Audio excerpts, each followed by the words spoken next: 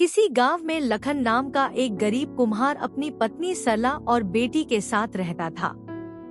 वह सुबह से शाम तक मिट्टी के मटके बनाता और उन्हें बाजार में बेचता।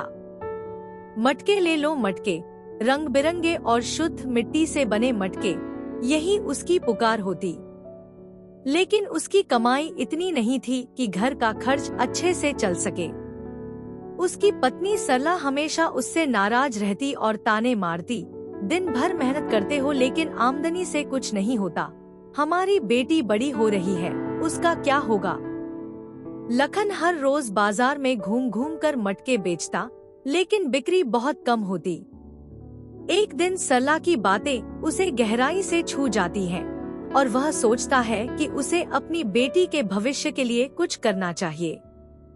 तभी वह तय करता है कि अब वह और अधिक गांवों में जाकर मटके बेचेगा ताकि कुछ पैसे जोड़ सके।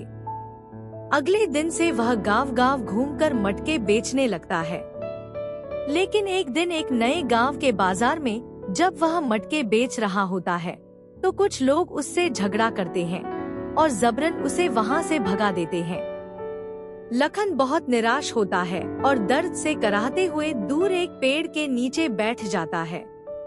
तभी वहां एक साधु आता है और लखन से सारे मटके मांगता है। लखन पहले तो घबराता है, लेकिन साधु उसे एक माला देता है और कहता है, यह माला बहुत कीमती है और तुम्हारी किस्मत बदल सकती है। अगर काम न आए तो मंदिर में लौटा देना। लखन घर जाकर सरला को सारी बात बताता है। सरला पहले तो उसे मूर्ख समझती है, लेकिन फिर सलाह देती है कि वह माला को सुनार के पास ले जाकर उसकी कीमत जाने। सुनार माला को देखकर चकित रह जाता है और कहता है कि यह माला बहुत कीमती है।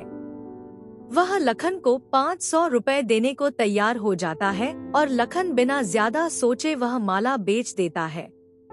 घर लौटकर जब वह सरला को पैसे दिखाता है तो सरला बहुत खुश होती है। वे दोनों तय करते हैं कि इन पैसों का सही इस्तेमाल करेंगे और अपनी बेटी की शिक्षा में लगाएंगे। लेकिन कुछ ही महीनों में जब पैसे खत्म होने लगते हैं तो सरला फिर चिंता करने लगती है।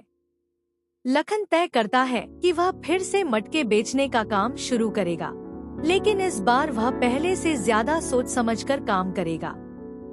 एक दिन लखन को वही साधु फिर से मिलता है।